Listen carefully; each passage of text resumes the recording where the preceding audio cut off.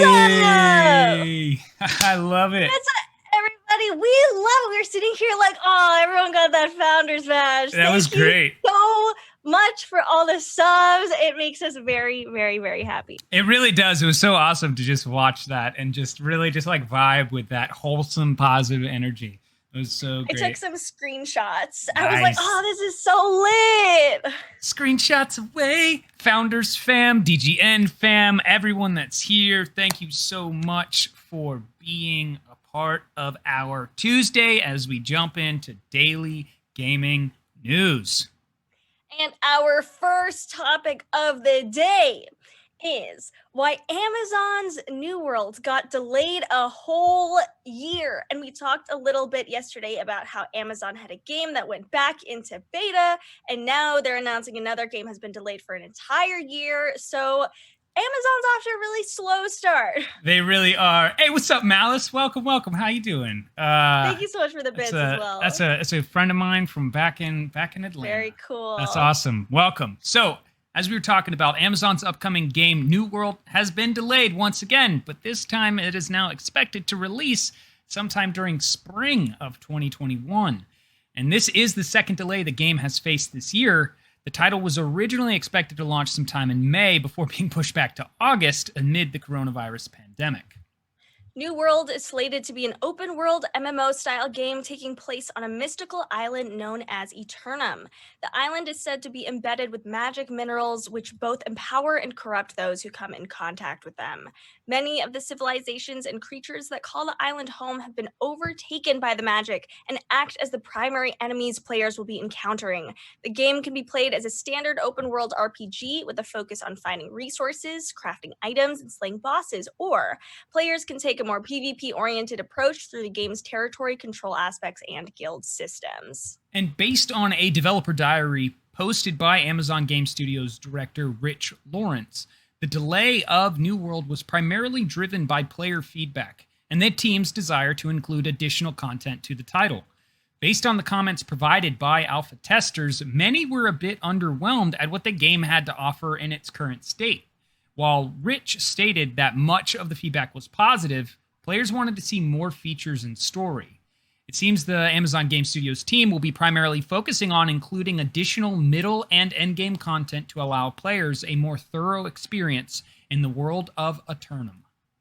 For players who had signed up for the New World's beta on or before July 9th, pre-ordered the game, or were an alpha tester, you will be able to participate in a first look experience on August 25th. For a limited time, players can explore what New World has to offer in its current state or what would have been presented to the public if the original 2020 launch date was upheld. It seems the game is in a fully functioning state, but Amazon Game Studios wants to improve the content and overall quality of the title before securing an official release. And news of the delay comes only 2 weeks after Amazon decided to push their MOBA-style shooter Crucible from general release following a rough launch and a steadily plummeting player base. The game has now returned to a closed beta state to allow Relentless Studio time to improve the title. And given Amazon's shaky history when it comes to game launches, they are likely opting to take more time to produce a successful title than to risk another blundering release. It seems Amazon Game Studios is really trying to make sure that New World is not only a functioning game, but is one which will retain a massive player audience for more than a few weeks. The game can currently be pre-ordered through Amazon and Steam for $40, which grants players lifetime access to the title. Hopefully, with the additional time the studio has to work on improving features in New World, the game will have a successful launch in the spring of 2021. I think this is something that was kind of expected when everybody was like, Amazon's getting into video games. Like, what experience do they have? Is it going to be, just seamless? How much does money allow you in this kind of situation? And honestly, I think from Crucible and now New World, we kind of have that understanding is like, yeah, it can gift you the team, but that doesn't necessarily, it actually gets you the quality product. Right, like you can buy a team of people to make a game for you, but that doesn't necessarily, ensure that it's going to be a good game. I don't know how I feel about delaying New Worlds because like the Outer Worlds, that game, it took really a few years to kind of get into the player base that it has, and it was launched as, you know, kind of unfinished. Like technically it was finished, but there was still a lot of work to do. So I'm thinking like, did Amazon Game Studios really have to delay this? I mean, I think they want like a blockbuster of a game and want it to be good right out of the gate, but I'm also thinking like it's okay to, you know, just launch a game that's not perfect like Valorant and just kind of build as you go. Yeah, that's a really, you know, a good point there, because I think what they're setting out to do with New World is a great idea and a concept, because it's like, oh, well, I've seen this in other places, but this is really trying to go to, I think what they're attempting to do is like create their own, you know, World of Warcraft, their own MMO that basically keeps people locked in for years upon years to come. And when you go in with that mindset of, hey, we're going to create this title and it's got to really deliver, the one thing that everybody was saying, which is the lore, right? The story. It's the only thing that maintains people's interest is your It really is. middle of the road story and your end game story. And if it's just not there, why stay? Why do I want to be around, you know? I think this is interesting that I believe this is an MMO, not necessarily MMO style game.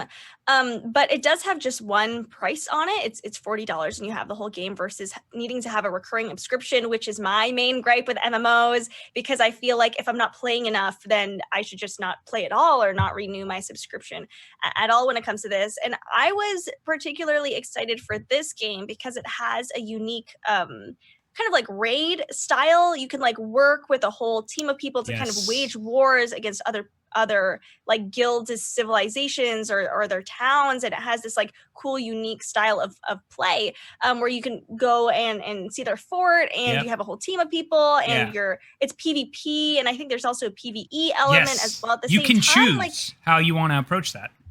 And it's really cool. But you're right, without the story, you know, without any like mid-game content, I don't think there's really a game there. So I'm at least glad that they're working hard to make sure this is perfect versus just releasing a game, you know, to make some quick cash and then move on to the next. It seems like they really want to make something that will last. Yeah, the choice, and that's just it. The choice to say, we're going to pull this back, we're going to delay, you know, we would rather a better game than one that just comes out and falls flat.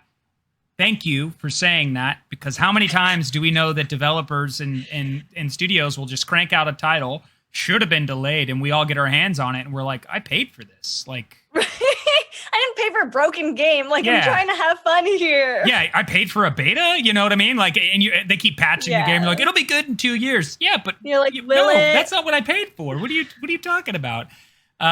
So this is necessary, and honestly is something I want to see. If we're seeing major studios like Amazon Game Studios, which is, you would now say is a major studio, is that we see more people start to take this approach when beta, you know, people are touching the game and experiencing it and realizing like, oh yeah, this isn't ready. Like, yeah, you don't want to have that reputation. Thank you so much, Triceps, for all the gifts. Hey, thank you, Triceps. Hey, thank you so much. That's true, you know, but like, and I think Amazon has to really work to bring gamers over, even though Amazon owns Twitch and we're all on Twitch right now. I think still the prestige that Twitch has in the gaming world does not currently translate over to Amazon itself. It's like, oh yeah, Twitch knows gaming, but Amazon doesn't know gaming. And I think they really have to make sure they have a good product if they are going to be seen as a real contender. Yeah, and a lot of stuff they talked about with this title, like what we're seeing here in this gameplay, is that it's supposed to be this place where you're just surrounded by a bunch of other, you know, players, and that you know how you choose to build and like do these raids where you can go and take on these like other castles, and the map size is supposed to be huge. Like it has all of these elements that for a lot of those like MMO players you want to have, and you're just like, wow, you know, it really looks engaging. You know, I would say, guys, take your budget and go hire a bunch of writers. Like, just go and get storytellers and bring them in to explain your world and just say, create for us. Just create. there are writers right now that are not working in film and television or animated right now, and they could use these jobs. They could write for this, and you can get the game directors and game developers to realize how to, make sure it works. There are people that can benefit this and make this game actually work.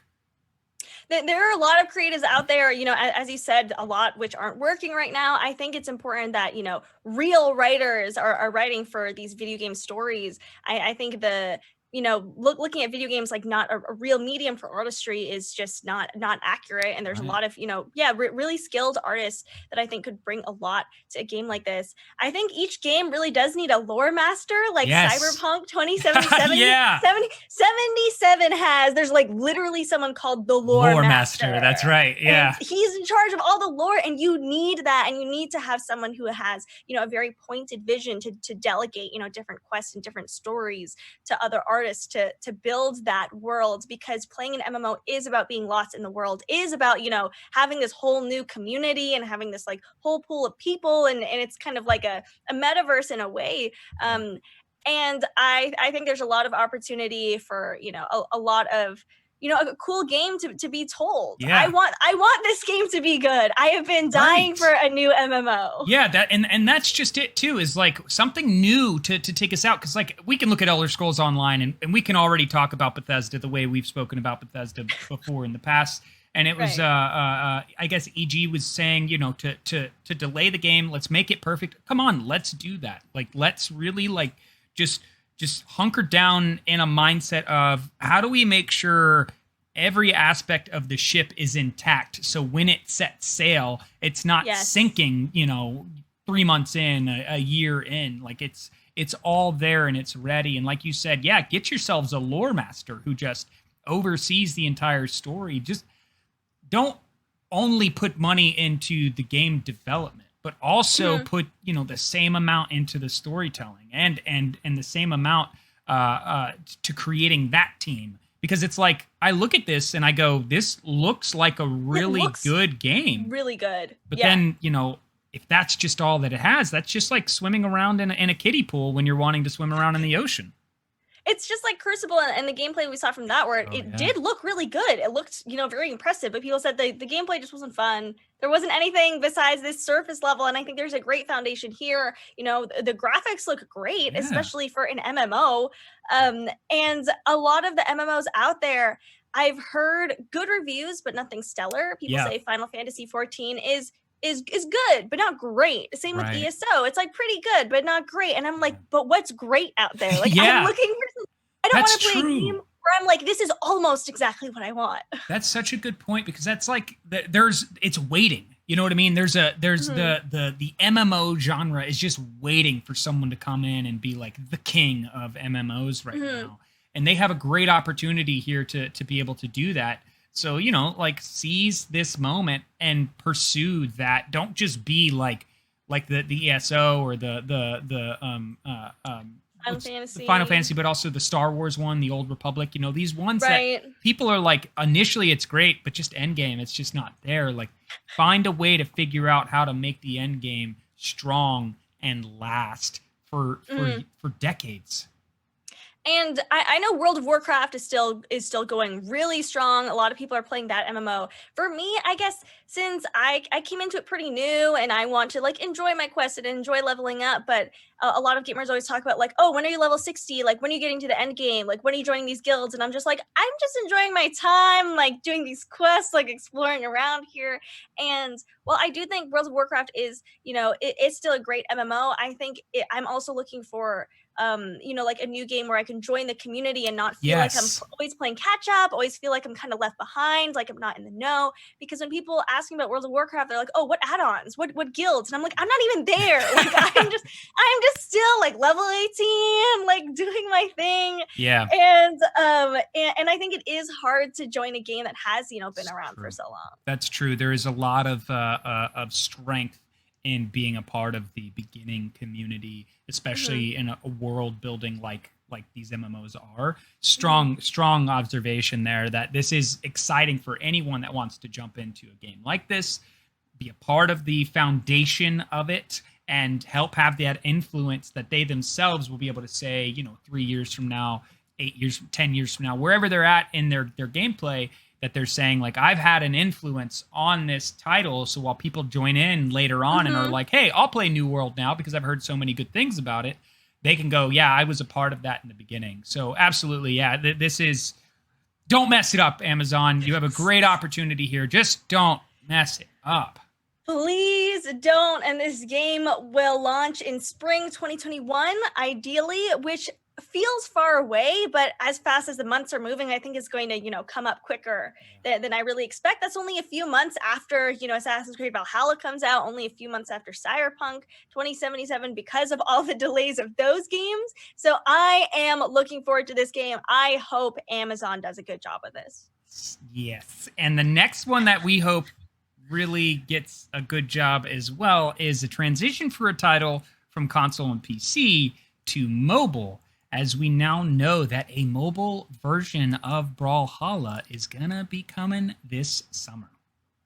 It was announced during the Ubisoft Forward live stream that the free-to-play 2D fighting game Brawlhalla will be coming to mobile devices later this summer. Brawlhalla, which is developed by Blue Mammoth Games, will be releasing on both App Store for iPhone and Google Play for Android devices. And if you don't know anything about Brawlhalla, basically it's simple. The game is to knock opponents off the stage, very similar to Super Smash Bros. It also features several different game modes. Brawlhalla stars both original fighters as well as some familiar Ubisoft characters like Rayman, and even other special guest fighters from shows like Adventure Time. There are 50 fighters and counting to choose from. On mobile, there will be a multitude of customizable control schemes and up to 3 control configurations able to be set at one time. There will be full cross-play support with PC and consoles, so you can play with over 40 million players who might be playing on a different platform. And Brawlhalla will be releasing on mobile devices later in the summer on August 6th. And you can pre-register now at Brawlhalla's website in order to receive a special reward at launch.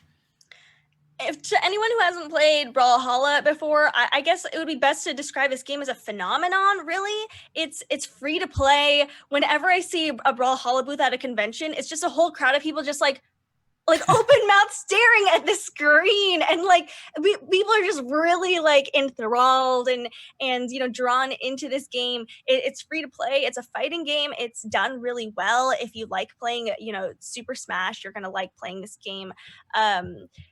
There's a lot of similarities between Smash Bros and this game, and it's just all around fun. I think it's cool that it's coming to mobile. I think it's cool that there's crossplay, because right now for games like Smash, you can only play on the Switch with other people, and you can't play with someone on the phone and someone on a PC and someone on a console, and all for free. Yeah, and that's something here, not sponsored by any of the ads you see here.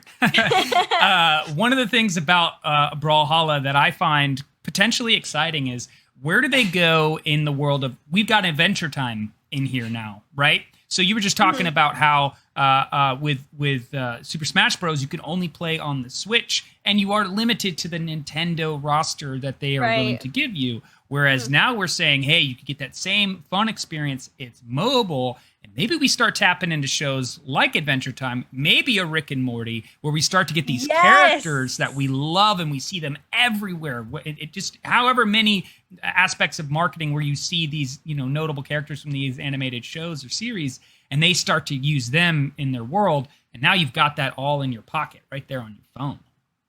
I think that's a good point you made with Adventure Time, because if Louise from Bob's Burgers was, in this game, I'd be like, I don't play a lot of fighting games. I just play a little bit, but that would make me want to download Brawlhalla and play it literally just for that. So I think it's cool that they have, more opportunities for world building, because they aren't, as stuck to being exclusive to Nintendo IP as Nintendo is.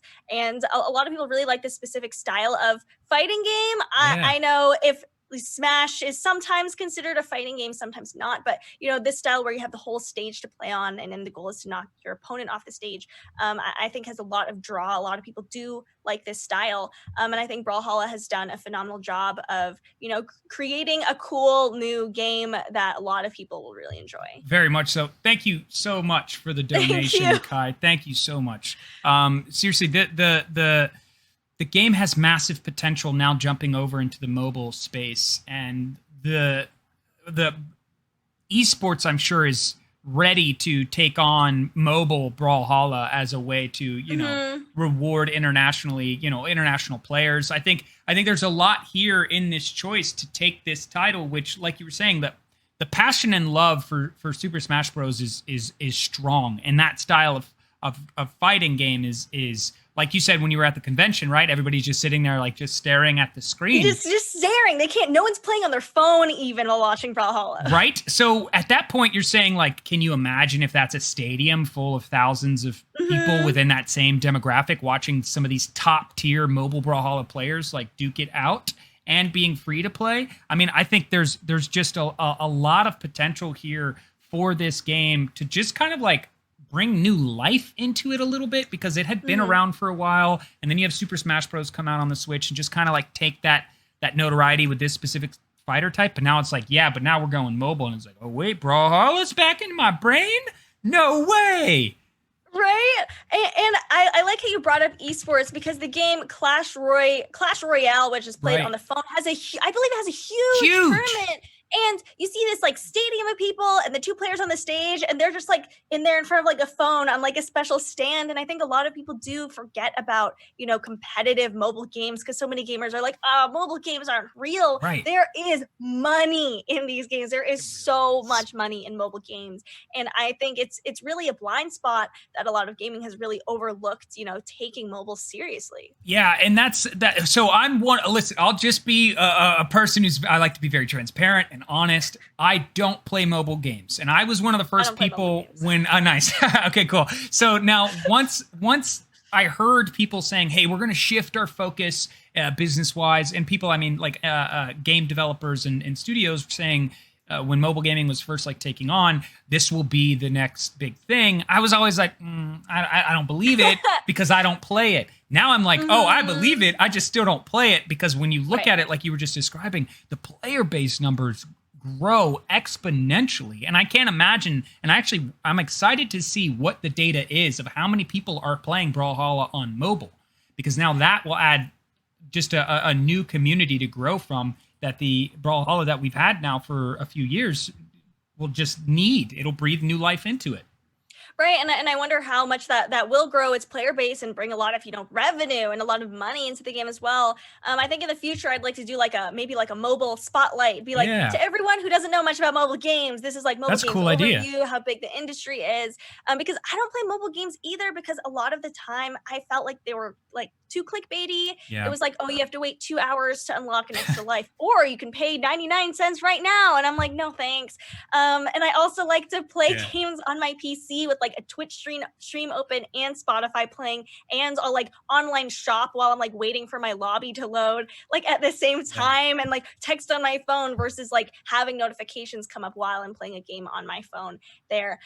So I am not really a mobile gamer, but I'm not like against it. I guess it's just not in my like current habits. Yeah. Really. You know what I find interesting too about like mobile gaming, and when I look at something like Brawlhalla is, and some of the titles that you were just talking about, and seeing people in the chat, some are saying kind of in the same boat that we are. Some are saying, that I like what Buckle was saying there, that it's definitely for the masses. I think mobile gaming is a nice entryway into gaming for those individuals who need a simplified experience. They don't feel like they need to go out and grab a whole new console or a gaming PC, that they could just play it right there on their phone. And that in and of itself could grow new gamers who go, you know what? Yes. I want to jump to the more powerful technology, and then those people just help to bolster the overall health of the game industry, which, like we've said before, benefits all of us. There's very little barrier to entry, because pretty much everyone who uses technology, has a smartphone now. Like, you're able to play these games. Most mobile games are free, and then they try to make you buy stuff. But most mobile games are free. And I think I read somewhere that a lot of women are mobile gamers. Yes, I remember reading that too. Yeah. Yeah, because I think it's like it's easy. You can just download the game. You don't need to like buy a console, buy a PC. If you're not a gamer to begin with, that's a lot to kind of take on, versus just like, like this is in the Apple Store. Like, let me download this game. Yeah, so here's anecdotal evidence. My mom, who's retired, she's a mobile gamer. I got her Stardew Valley and for her birthday, and she played it and she loves it. And she's like, "This is so much fun." Yeah, and she enjoys it. It's on iOS and she enjoys it. But she plays other games as well. And from her, she's just like, I like this simplification of it on mobile. And I was like, "Wow, that makes you a gamer." And she was just kind of like, it was that realization. She's like, "Yeah, I guess you're right." Yeah. How many other women like her? In that place in life, they're starting to do that. They have more time and they're filling it with hobbies, and they're just like, "You know what? I'm going to hobby this game." And it becomes a regular routine aspect of their everyday life. It's just like, yeah, you're right. I mean, where I want to see more of this data and kind of do what you were just saying, like focus kind of like a mobile spotlight and see how far reaching is mobile gaming versus like our PC and console gaming that we're more used to. Yeah, me too. And I don't mean to like say that like women like mobile gaming because it's simple. I think it's more just like a lot. I don't mean to say that at all, but it's like it's easy to get into if you haven't been exposed to gaming. And a lot of people think about gaming as being like a guys club. Everything is black and red or black and blue. Like you can't find things in different aesthetic, and a lot of times it really feels like it's marketed to this like subgroup of people versus just like, hey, I'm just like a normal person, trying to get into games. I don't need everything to be RGB. And I think that's the way it appeals to people outside of those currently existing in the gaming space. That's a very interesting comment there from Kai Almighty, talking about when Kai worked at Best Buy. Old ladies would come in and ask for Farmville point cards all the time. Oh my gosh. I remember getting those Farmville notifications. But that's a thing. Like, it's just, I mean, it makes sense. I think there's this idea behind a controller to a PC or a console, and it's just a little daunting. But if I were to simplify that controller onto a phone, which we use all the time, and a phone's very complex to get used to. We've just been using them for so long that we just understand, how to execute its application. The controls are just translated into that. So simplified experiences make it easier for human beings to jump into it. And I think something that we've commented on before is there is a large amount of female gamers in the industry. They're just not as vocal about it because of, unfortunately, something we were speaking on yesterday is like the treatment of women in games. Right. And I do see how, having Farmville was huge. I never played it for some reason, but I remember being like a huge thing that all of my friends played. I think because they were already on Facebook, and since Farmville was just an extension of that, it was so easy to get into. Same as where mobile games are just an extension of what you're already doing. And already having a built-in social network there. A lot of apps in general on your phone, you're like, oh, you can just like text your friends that you already have in there versus trying to build a whole new friends list on Steam or on PlayStation, whatever. And I think that it's really an opportunity that I'm glad Brawlhalla is getting into. I think that we've seen games like Apex Legends go into mobile, but I still think games like Apex Legends won't necessarily bring in non-gamers to that game. Where I think games like Brawlhalla, where it might seem more simple or more approachable or easier to learn, like could bring non-gamers into the gaming space. Yep, that was exactly what was going through my head, and as you were saying it, and it's just the sky's the limit for Brawlhalla on mobile, which is coming out this summer, beginning of August. So if you're looking forward to dabbling in the mobile Brawlhalla experience, make sure to check it out, jump in and start playing. But there's another topic that we're about to jump into, is one for a game that was being talked about for some time and then just kind of vanished and now is being spoken of again. As Skull and Bones is reportedly rebooted with a live service focus with 8 director. Is that how I say this? Yes. With 8 director helming game. So Skull and Bones was a game that was announced 2 years ago and it just got delayed and just kind of disappeared. So I'm glad that there's reports of a reboot. Yes. So basically, Skull and Bones was Ubisoft's swashbuckling naval combat game. And as Kaiser said, it was originally supposed to come back out in 2008. It got delayed. Then it got delayed again. And earlier this year, Jason Schreier reported the game had been rebooted multiple times, but would likely not be arriving anytime soon. And since that report, we haven't really heard anything. And one thing to note, we're going to throw up some gameplay here. It was basically using the amazing naval combat of Assassin's Creed Black Flag and creating an entire game around that. I was thinking the same thing, Kai, when I heard about this. I was like, I thought it came out and just wasn't popular, but I guess it never came out. So a new report from the reliable folks at Video Games Chronicle may shed a new light on what's happening with Skull and Bones. According to VGC, Skull and Bones is struggling to differentiate itself from other Ubisoft franchises, and its most recent reboot has seen the game drift in more of a live service direction. So the word is that the game will feature regularly updated quests and events and a world that will change over time depending on the actions of the community. In other words, it actually seems like Skull and Bones is aiming to emulate something like Fortnite, or perhaps rival a different pirate game that is very successful, Sea of Thieves.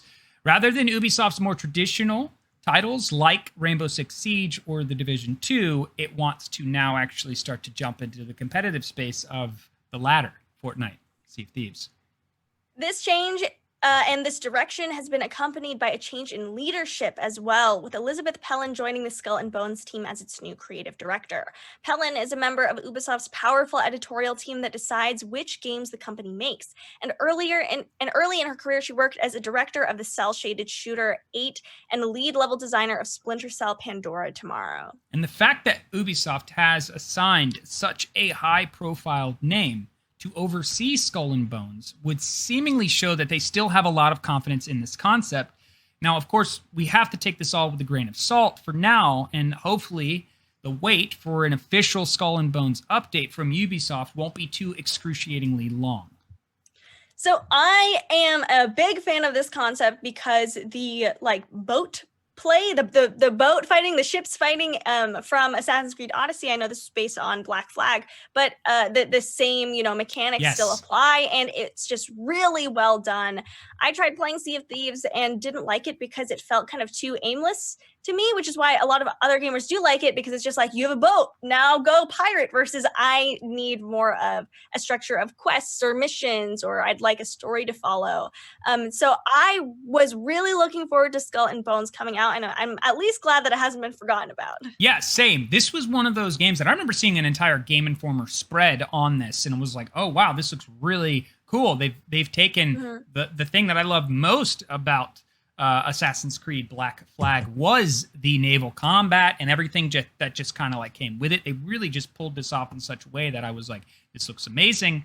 And then once the delays start happening, you're like, oof, what's going to occur? Is this going to work out? But then for me, as someone who's like, I love even though we get it wrong about pirates, the way we choose to display it is very fun and entertaining. And there's a lot to do within, gaming for that narrative.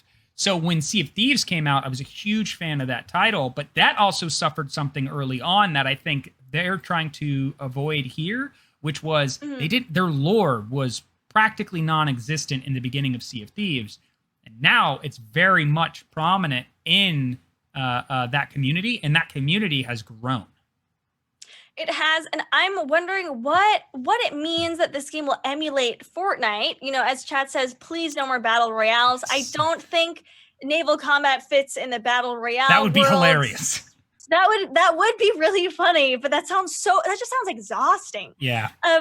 Because when you are commandeering one of these ships, you do move a lot slower than you can in a battle royale.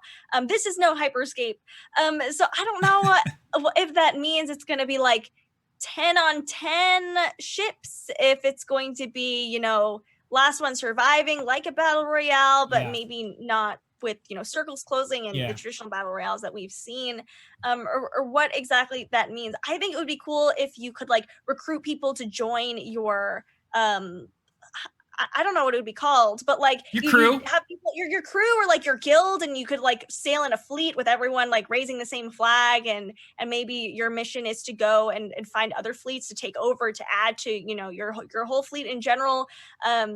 Or what exactly it will mean, but I think there are a lot of opportunities to have really stellar PvP play. Yes, and that's something for me that I think is why I was so drawn to Sea of Thieves when it first came out, was there was just this aspect of I can get on this ship with me and some friends, and we can all maintain the ship and do the best that we can and survive. And in this regard, I hope that's the case here. It's not just you controlling all these different aspects by yourself, but like you could each control, someone's controlling the cannons, someone's actually steering the ship, someone's maintaining the sails, like all that different stuff that could take place on one ship is handled by 3 or 4 different players, because then you're talking like these huge battles are required to be good comms. That would be cool. And also just exciting. If you're not really hoisting the sails or turning them in the right direction, hey, what are you doing? Turn it. You know what I mean? Like just all this aspect of cohesiveness that's necessary that makes PvP very exciting when there's more complexity to actually winning. That reminds me of the game, I think it's Lovers in an Infinite... Yes. Lovers in a Dangerous Space-Time, which if you haven't played is kind of an indie game where you have a spaceship and there is one person controlling it, one person, manning the shields, one person like manning a weapon that can only shoot in this direction, someone else doing a weapon that can only shoot in that direction. Like, I think that would be like a perfect way to bring co-op gaming into naval combat in this sense. And maybe like 2 different ships could team up against a third one, and then there's so much more going on. Now you have fleets. Then you have fleets, and that really like brings in like the next level of what you can do with these types of games. Yeah, because I would love to see. Floral Meg, yes, it actually is it's using the Black Flag pirate stuff as the core gameplay. So what you are seeing here and why it might look or feel similar is this was gameplay they were first showing off in 2018 when it was about to be released. So, I also wonder too because I think right around the time of 2018, 2019, there was a lot of insider talk about the next-gen consoles coming pretty soon. So I also wonder if some of the delays were due to the fact that they were like, we can't pull off this without better hardware. And ultimately, instead of just releasing on PC, because Ubisoft has a very strong console community as well, that they would need to be able to release it when hardware can handle it. And I would say with next-gen hardware, they could do a lot with this title that we've kind of just been speculating on now, and it would be able to handle it no problem. That's true. That's a good point that maybe, they were waiting for the better hardware that's out there to really support the game. So it plays smoothly and it plays well. I don't know if they're also planning on, adding updates for next gen as well, if it's graphically, or if that's just like too much to add on to their plate, even though next gen consoles are coming out, relatively soon. Yeah, we'll keep our eye out on this. Hopefully this is, one of those titles that gets its resurgent in a strong way. And if they are aiming for how we hear this all the time now, Fortnite-like events, that they really make sure that their focus is one that favors the community and, of course, the skins, because I think getting to deck out your ship to your liking is one that will be fun for everyone. So, hone it there, and please don't create some sort of battle royale for this game. Just please don't do that. I love how EG says, stop mentioning Fortnite. I'm going to interpret your comment as directed at these game studios and publishers, because it is these publishers that will not stop mentioning Fortnite. Every game that we report on seemingly has to have some Fortnite-like event or Fortnite-like element. I think a lot of companies have seen the success of Fortnite and want to, use that same strategy, whatever that really means. I think a lot of these companies don't even know themselves, but pretty much every company out there wants to be like Fortnite right now. So when we use the term Fortnite-like events, that is not coming from us. That is coming from, the literature. Really. Yeah, just to clear that up right there. Get that out of the way. Oh man! But our next story here, as we continue to wait for any official update with Skull and Bones, this one was really interesting, and I wonder if somebody maybe had lost their job due to this. Oh, geez. So Microsoft, are we on the Microsoft Flight Simulator? Oh, no, I have the Amazon, the PlayStation 5 pre-orders. Oh, okay. I was like, Sorry I don't think anyone lost their job because of Amazon Flight Simulator. My bad. So PlayStation 5 pre-order pages launched by Amazon Australia include hardware, accessories, and games. So this was one that an eagle-eye Redditor had paid attention to as the Australian Amazon put up full-fledged pre-order pages for the PlayStation 5 But also, please note that the products can't be actually pre-ordered just yet. So, multiple PS5 pre-order pages have been launched by Amazon Australia, including console, hardware, accessories, and games.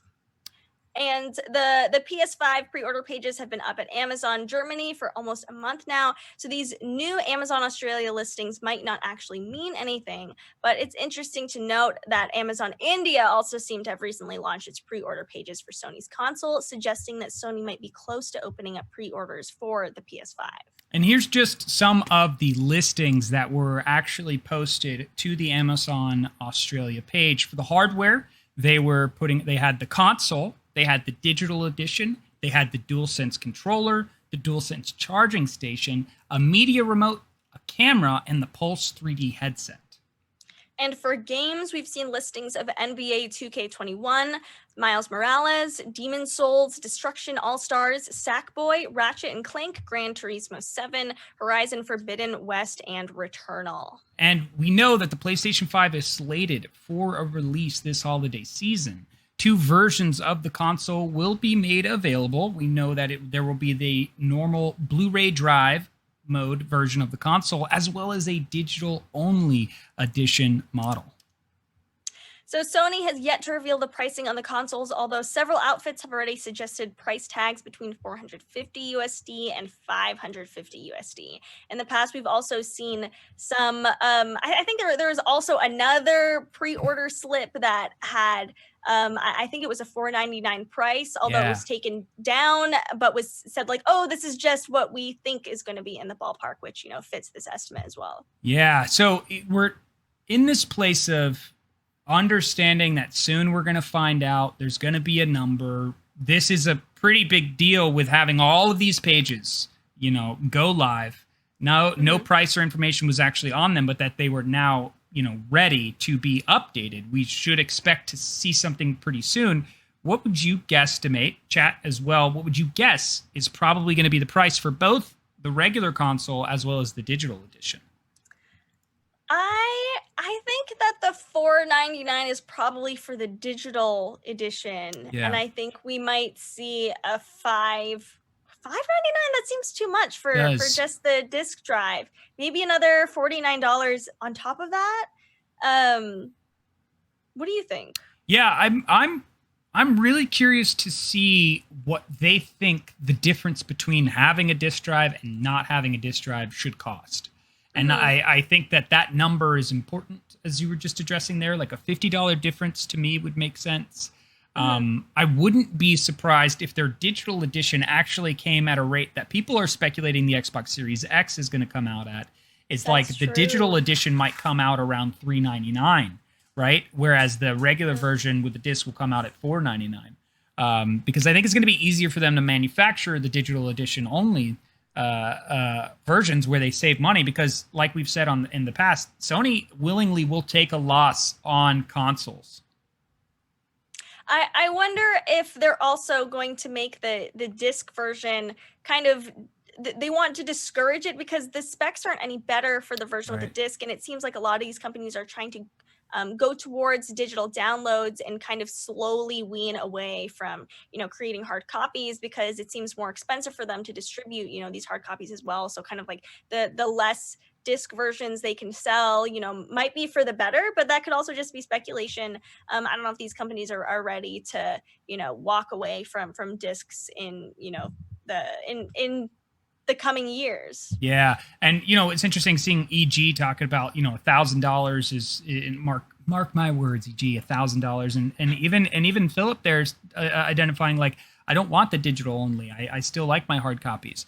Let's take a moment and kind of like speculate on this, which is we don't know the prices yet of the hardware that we see, the charging station, the remote, the headset, the camera, some of the games. What do we think when you add all that up? If you want all that up, what are we pushing? Are we pushing 1,000 at that point? Yes, I think at that point we're definitely pushing 1,000 with tax, which is like 10% if you live in California, and if you have to pay for shipping as well. I think you're pushing 1,000 if you get all that hardware, and these games are going to be maybe $70 each for a lot of these titles.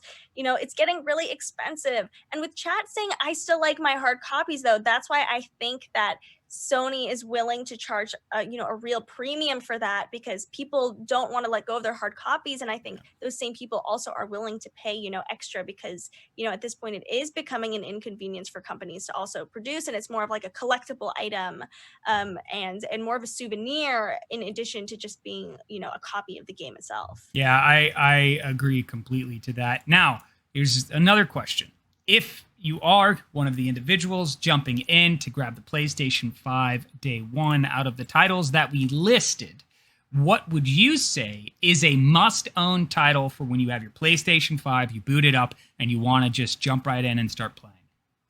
I actually think it's Ratchet and Clank for me. Yeah. Is my number one on this list. I'm like, Miles Morales, like, yes, super cool, but I've played Spider-Man before. Yeah. It's not like new for me. I guess I've never played a Ratchet and Clank game, and this one looks really, really cool. I think I'd play Ratchet and Clank first, and then have Horizon Forbidden West slotted next. Yeah, I'm gonna go and say a game that was really exciting to me just by the visuals of it is that game Returnal.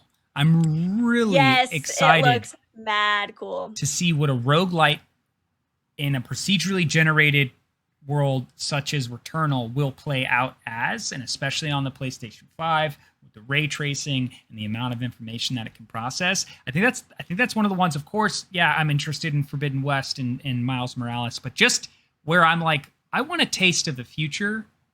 I think Returnal is going to be kind of like that game initially. I was gonna say my taste of the future was Ratchet and Clank because of the worlds, the portals, and how that goes into a whole different world at the flip of a switch. But Returnal does have that really futuristic edge to it, and all the effects and all the art. I think is also great. And to be honest, I want to play all of these titles. Maybe not NBA 2K21 because I've just never really been into sports games, but they all look really great. Yeah, what's up, Good Toast? Welcome. Yeah, I would say is that if my budget was endless, I'd get them all and I'd play them all, and that's what I would do. There is still even that healthy fear of the conversation that's been happening with knowing that NBA 2K21 is gonna be more expensive. It's gonna be the $69 price tag. So it's that concern ultimately when I sit and I look at all these things that I want to have at some point. It's like, man, I really hope that these game titles maintain their current price level, because if they unfortunately just price themselves too high and they become more of a premium experience, as someone who's excited to jump in day one with the PlayStation 5, I don't want to be like, yeah, I've got my no game experience with the PlayStation 5. Right. Then, what's the point? I do believe Returnal is a Sony Interactive Entertainment, Sony exclusive game. I was looking into an article about, this topic of games getting more expensive because it has cost more to, make these games. So it makes sense that the price would go up. But then the article turned into a whole thing about economics, and to become an economics lesson, because it was saying that, the purchasing power of consumers hasn't gone up. Like the minimum wage hasn't gone up in, 10 years for the federal minimum wage. And while these costs are increasing and developers are spending more on these games, consumers aren't able to spend more on games themselves. And so it kind of goes into this whole wealth inequality, and it dives into that whole thing as well. So I also hope that these prices won't go too high, because $60 is already a lot, especially if you're working at minimum wage, and 70 is really pushing the point where a lot of these games might be unattainable soon. Yeah, and there's an industry you can look at within gaming to see where this is actually prevalent, and that's virtual reality, which eventually the PlayStation 5 will have access to with the PSVR 2, is that the VR community is tiny. And the reason why it's tiny is because most of the people who can jump into VR are people who have the money that can spend on it in order to be able to do it and play. That's why a lot of people are like, man, these games are great, but there's only 1,000 players in the community. And that is just to say is I really hope Sony doesn't unintentionally get into that like mindset for consumers, Me because too. I don't want to be playing a game where I'm just like, there's just not a lot of people playing because people can't afford to jump in. That's so horrible. And I'm a casual VR player. I have a Quest, and I finished that Down the Rabbit Hole game, and I was looking at a walkthrough because I got stuck. And the whole game is only an hour through, and I Oh, think it wow. costs maybe like $15 or $20. But that is a lot of money for a 1 hour game. Yeah. I understand it costs more because it is in VR. But as you said, it's expensive to have the VR experience. Some of these games are expensive and they're not that long because they're so difficult to make. Yeah. I also hope that we don't see gaming go into this kind of like niche category of only people who can afford the Valve Index can enjoy Right. these games, because I think there's as we're welcoming more people into the world of gaming, I think it has to be more for the masses, at least to a reasonable at a reasonable price point. Yeah, couldn't agree more. Sony, if you're paying attention, listen, hear us. This is your community talking to you. Pay Please don't attention. make this niche. Don't do it. Don't price yourself out of just the general consumer spending because you just feel you have this product that is supposed to be a 5-star food. Not everybody can eat 5-star food, and not everyone who can eats it all the time. So let's make sure when we are pushing out a product for consumers, we're thinking about everyone and not just the few who have endless zeros in their bank accounts.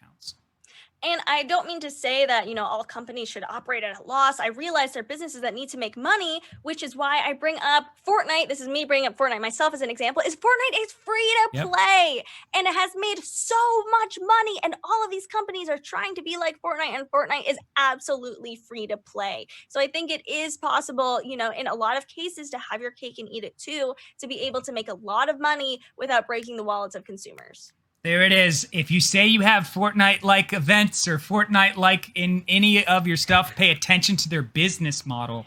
Yes. Replicate that before you try to replicate anything else. I love it. That is spot on.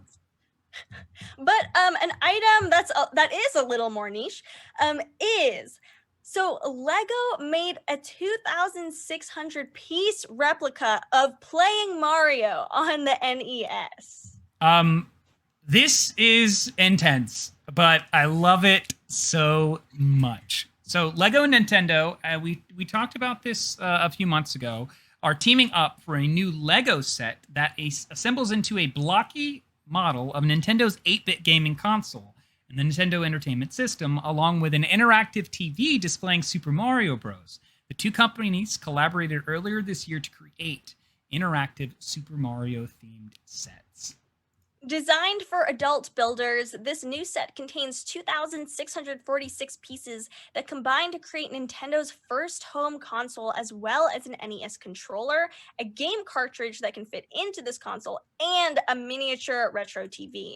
The TV displays Mario traversing through a stage from the 1985 classic, and a crank located on the left side of the TV lets you move the mustached plumber up and down between platforms. So, like the earlier Super Mario sets, the Nintendo Entertainment System kit will combine traditional building with digital technology, placing the Bluetooth-enabled Mario figurine from the Adventures with Mario Starter Course set on top of the TV will produce sounds as if you were playing the original 1985 classic. The Nintendo Entertainment System Lego set will launch on August 1st, the same day as the Super Mario Lego sets, for $230. The Super Mario kits incorporate different characters and obstacles for Mario to tackle, including an expansion that lets him square off against his arch nemesis, Bowser. I love the first comment I see from Ray. Imagine if a piece is missing. It's like, yeah, that's so true. This feels like one of those things that if you just were missing one piece, just doesn't feel ruined. Complete at all. Yeah. It's not like, look, the cartridge fits in. This is next level. This really is. That was terrible. And I'm impressed that you can move it around like this. Yeah. Like, this is one of those moments of innovation that I'm really excited about. Is where does this go? I feel like Mario is just the beginning for this relationship between Nintendo and Lego. You know, Mhm. it's when do we get to see the Super Nintendo at some point where you get to build yourself the Super Nintendo with with Lego? You know, does that TV is that a TV that stays with you as you get to have Right. these new consoles Switch for these? out. Mhm. Yeah, Lego is a huge community internationally, and you're now also talking that community probably are gamers. There's a likelihood Yes. that is very high. So now you've got them all under one roof. I'm always impressed with Lego and just kind of, you know, the huge like what's it called of gaming and pop culture that it is monolith, I guess. Yeah. But like when I think of Lego, I don't just think of the blocks. I think of there's Lego worlds. There was like the Lego movie, which was great. There's like Lego games, which are great. I was looking on Disney Plus, and there's a Lego version of Frozen as well. And there's just, you know, so many Wow. different paths that Lego has chosen to really ingrain itself, you know, into pop culture and into mainstream media. And I think having collectibles like this is, you know, a great idea, especially because older gamers generally have more purchasing power. You know, they can buy these expensive sets. It's a cool collectible, and I'm always impressed by how they integrate, you know, modern technology in it by having a Bluetooth element as well. Yeah, I think something else too that stands out to me that I like a lot is it's a wonderful modern way for, you know, the generation bringing up the next generation to talk about what gaming was like, you know, back Yeah, then. Here's what a Nintendo right. was. This is a pioneer in why gaming is as successful as it is now and why it's pretty much everywhere. Here is an iconic character as Mario that you and I can build together, and we can create this and have this wonderful experience. It's to me, it's just kind of like this wonderful combination that not only just appeals to the Lego builders that are from that generation that want to build this on their own, but the families that'll come together and create this and create that dialogue. You know, that whole, we talk about it like, let's not forget where we've come from Hmm. with where we're headed, because I think that's important.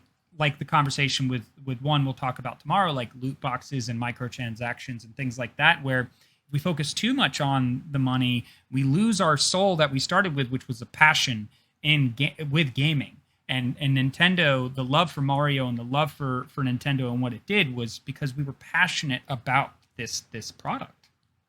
Right. I now I'm also thinking that in like 30 years or 20 years, we're gonna see like a PlayStation 5 Lego set, and we'll be like, wow, like what a relic of the past is the PlayStation 5. I agree. I think I really like how the roots of gaming is still very, you know, present. Like even our logo is like a pixelated, you know, harkens back to like the older times of gaming and the older times of you know, the era, and how that hasn't gotten lost, you know, in gaming culture as we progress forward. And even games like Tetris, which we've talked about, which is still going really strong. And I think there's a lot of space for, you know, these staples of gaming to still be very relevant. It's not just a current wash of like, oh, the newest games, the hottest games, like Right. what's the latest thing. Like you do see, you know, a lot of the companies that really started this industry, you know, still going strong. Yeah, and to take these ideas, you know, and turn them into this, I don't think you could have pitched me 5 years ago that there will be a Lego set that is Mario and they've just recreated it and you'll actually do. I'd be like, that's not possible. Lego's like these like they're these, These you know, blocks, these right? blocks, these physical objects. Like I've seen Star Wars, but not like anything moving. What do you mean? What do you mean Mhm. I'm gonna actually be able to take the NES cartridge that I built in Lego and put it into Right? this thing that I also built in No, I don't believe you. But then now we're seeing it. Now my brain's going, what am I not mentally prepared for with these Right. Lego inventions and creations? I love how like this isn't even like new technology in itself. It was just like Legos on, you know, something on like a flexible, you know, belt that could go around and make it move. But I wouldn't think that Lego would ever, you know, go this route and ever have Yeah. like new sets like this. I'm already stressed out about those who are going to lose a piece. I don't think you can Yes. just buy a specific replacement unless it's maybe a generic block that you've Oh lost. man. So maybe this is why this is marketed as an adult builder game, Yeah. because because you have to really be an adult to not lose any of these pieces. I don't think I'm ready for that yet. Yeah, I think that's too much responsibility. I liked Phoenix calls comment right there is like, if they can find a way to like incorporate sound into the actual building, that would be really cool. Like there's an actual physical sound coming through while you're building Legos. While you're putting it together. Yeah, I mean the chip technology that's happening right now for computing is getting crazy. It's getting smaller, so I wouldn't be surprised if we got Lego sets that had these little tiny chips inside of them with speakers, and we could start getting sounds like that at some point. But yeah, this is pretty next level. Again, I never would have thought that this would be possible, but now that I see it, it's just like, okay, there's a whole new world here that I was never aware of. Totally. But a topic that we're going to tease for tomorrow's show is not something nearly as cool and optimistic. It's a story about how someone blew their university savings gaming on FIFA. And we've kind of talked briefly about, microtransactions, about how some of these games are really predatory in encouraging, players to gamble and spend their money. So that's a story we're going to be deep diving into tomorrow. Yep. And then also something else we're going to be doing a deep dive into is, as you know, we've got our comments about the PlayStation 5 and how much we love it versus the Xbox Series X. However, we are going to use tomorrow to dive into an in-depth look at the Xbox Velocity architecture, which will allow us that closer look at the next-gen tech that's driving the gaming innovation for the Xbox Series X. But that does bring us to the end of our news show for today. Thank you so much for joining us, and to everyone who subscribed as we got our subscriber badge today. Thank you so much. We really do appreciate it. And fret not, because we will be live tomorrow from 1 to 2 p.m. Pacific. So you can join us there, and if you are checking us out on YouTube, where our VODs are being put up, tune in Monday through Friday from 1 p.m. to 2 p.m. PST on Daily Gaming News _ at Twitch. .tv, because this is where we will be bringing you the latest in the gaming industry. And to the DGN fam and everyone that comes in and joins and follows like good toast there, thank you so much for being a part of this. We really appreciate you and helping us grow this amazing community of all these wonderful human beings. Thank you so much for joining us, and we look forward to seeing you tomorrow. But for today, I am Kaisa. I am Roan, and we will see you tomorrow. Everyone, have a wonderful rest of your day. Bye.